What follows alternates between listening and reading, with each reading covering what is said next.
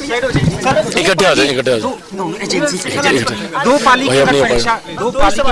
पाली की परीक्षा की अगर भाषा में समझे तो आज पहला इम्तिहान है। किंग मेकर बनने का इतिहास रहा आपकी पार्टी का।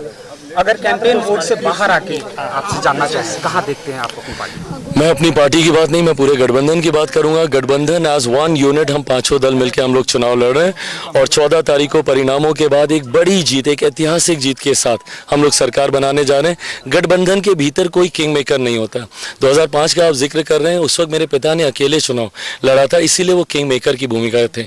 गठबंधन में जितनी सीटें मैं जीतूंगा वो सारी की सारी समर्पित गठबंधन को as a whole, as one unit होंगी। अच्छा, भाई को लेके आपने पहले भी इंटरव्यू दिए हैं, इस बार वो कॉन्टेस्ट में है, क्या कहना चाहते हैं? देखिए, अलौली से मेरे परिवार के जिस प्रत्याशी का आप जिक्र कर रहे हैं, ज़रूर मेरे छोटे भाई हैं वो, पर जिस तरीके से उन्होंने मेरे परिवार के बारे में अपशब्द कहे, जिस बदतमीज़ी से उन्होंने मेरी माँ से बात की, इन बातों को मैं बेटा होने के नाते तो कभी नहीं भुला सकता। और ख़ास तौर पर वो सबसे छोटे हैं। मेरे चाचा मुझे कुछ कहते मेरे सर आँखों पर वो हमारी पीढ़ी में सबसे छोटा है।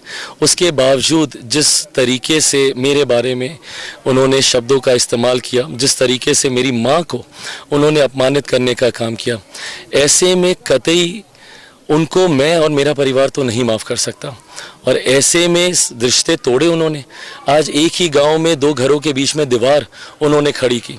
मेरी माँ से चुनाव लड़ने जा रहे थे, इतना ही था तो एक बार आशीर्वाद तो लेते, बात तो करते, पर ये तक उन्होंने ज़रूरी नहीं समझा। तो ऐसे में मुझे नहीं लगता कि सबसे छोटे हैं वो, इसलिए माफ़ करने का हक मेरे पास है।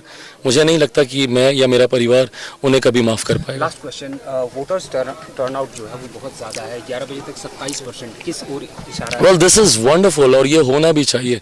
ज़्यादा से ज़्यादा मतदान होना लोकतंत्र को और मजबूत करता है।